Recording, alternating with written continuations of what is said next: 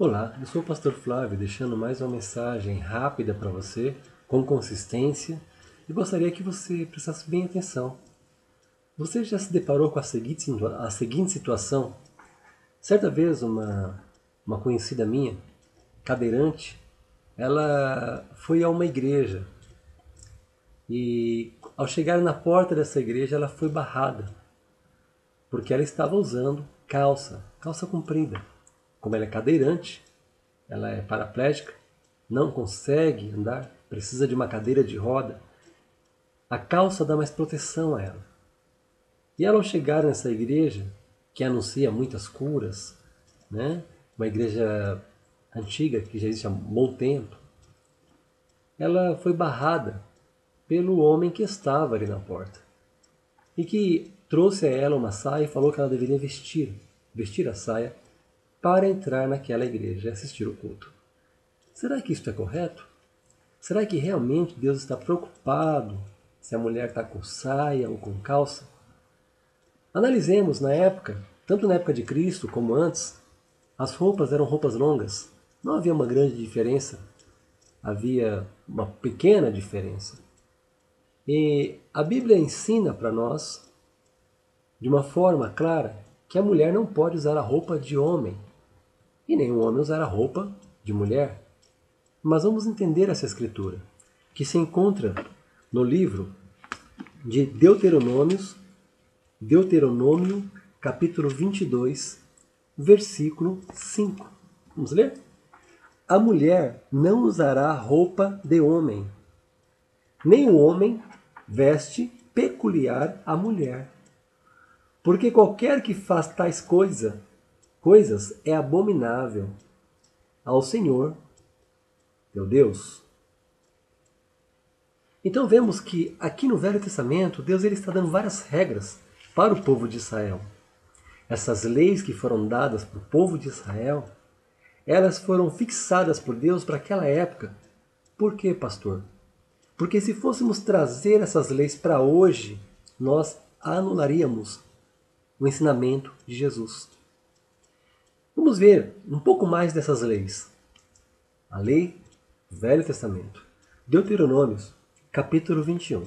Se você acredita que a sua mulher não pode usar uma calça comprida, que ela não é livre para colocar uma calça comprida, e ela deve apenas usar uma saia, e você faz ou ensina que ela só pode usar saia e não calça comprida, talvez você precise analisar essa escritura que fala que a mulher não pode usar roupa de homem. E onde é que está escrito que calça comprida é roupa de homem? Mesmo porque na época de Cristo ou antes não havia calça comprida. Entendemos que uma roupa de homem ela tem ele tem um corte masculino. Por exemplo, essa camisa que eu estou usando, ela é uma camisa masculina. Os botões dela, o corte dos botões dela, cobrem daqui para cá. O corte da roupa feminina é invertido. O corte da roupa feminina, os botões, eles vêm dessa parte sobre essa parte. E por que isso? Porque diz a história que as mulheres no passado eram vestidas. Então, o lado esquerdo sobre o direito, como é o caso desta camisa, dificultaria para alguém vestir. Então as roupas femininas, as camisas e os cortes passaram a ser o lado direito, coberto pelo lado esquerdo. Por isso que os botões de uma camisa feminina são do outro lado. Isso é um detalhe de uma roupa masculina para uma roupa feminina. Logo, existem calças compridas com corte feminino e calças compridas com corte masculino. Na Escócia, os homens usam kilt, que é uma espécie de uma cobertura. E isso não significa que eles não são homens, mas é a tradição e o costume lá. Se nós voltássemos ao tempo de calça comprida na época de Cristo, talvez seríamos apedrejados, porque seria uma roupa não adequada para aquela época. Mas a Escritura diz que um não deve usar a roupa do outro. Realmente, não vai ficar bem uma roupa feminina em um homem. Mas se formos seguir a lei, como diz aqui, temos que seguir também esse ensinamento. Se um homem tiver duas mulheres, uma a quem ama e outra a quem aborrece, e uma e outra lhe derem filhos, e o primogênito for da aborrecida, no dia em que fizer herdar os seus filhos aquilo que possuir, não poderá dar a primogenitura ao filho da amada, preferindo ao filho da aborrecida, que é o primogênito. Olha só, naquela época poderia ter duas mulheres. Hoje pode? Não pode. Jesus falou que cada homem pode ter somente uma esposa. Ah, e seu filho tem dado problema para você? Tem respondido você? Tem bebido? Tem feito alguma coisa assim? Bom, se vamos seguir a questão daquela época, onde a mulher não pode, analisando que ela não pode pôr uma calça, vamos analisar o que aconteceria se o seu filho respondesse a você. Se ele for um menino mal educado, se ela for uma menina mal educada, o que deve acontecer com essa pessoa, seguindo a lei do Velho Testamento. Capítulo 21 de Deuteronômios, versículo 18. Se alguém tiver um filho contumaz, ou seja, e rebelde, que não obedece à voz do seu pai e da sua mãe, e ainda castigado não lhes dá ouvido, ou seja, não obedece nem o pai nem a mãe, que hoje em dia é normal isso, né? E não obedece. O que você deveria fazer com ele? Deveria conversar com ele, orientá-lo? Não. Seu pai e sua mãe o pegarão e o levarão aos anciãos da cidade, à sua porta. E lhes dirão: este nosso filho é rebelde e contumaz. Não dá ouvidos à nossa voz, é dissoluto e beberrão, ou seja, mal educado e enche a cara. O que tinha que fazer naquela época?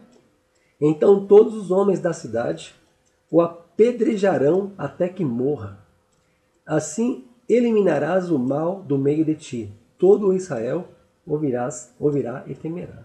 Então naquela época, falava também que era necessário que você apedrejasse, matasse seu filho se desse problema. Já imaginou quantas mortes seríamos? Muitas, né? Mas Jesus ele ensinou o amor. Também naquela época, antes de Cristo, nessa lei antiga, que não conseguiu mudar a vida do homem, nessa lei antiga fala que o sacerdote ele não poderia nem aparar a barba. Teria que deixar a barba crescer. Você, pastor, você deixa a barba se você é um sacerdote? Não deveria cortar a sua barba, deveria deixar a sua barba comprida, sem apará-la. Então vemos que quando Cristo vem, ele ensina para nós uma nova lei. Ele completa aquela lei antiga. É como se a lei antiga fosse um bolo, mas agora teria que colocar esse chantilly em cima. Com certeza, o bolo você come as duas partes. Mas para entendermos bem, o mais importante é o que vem agora. Porque aquela lei, ela foi apenas algo para nos orientar até Jesus. E para que agora pudéssemos entender a Cristo, sabermos sobre o Messias, entendermos que somos livres, como diz em Gálatas capítulo 5. Para a liberdade, foi que Cristo vos libertou. Não vos torneis escravos novamente de homens. Bom, eu espero que você possa ter entendido essa mensagem. Sou muito grato pelo seu tempo. Que Deus o abençoe. Fique com Deus.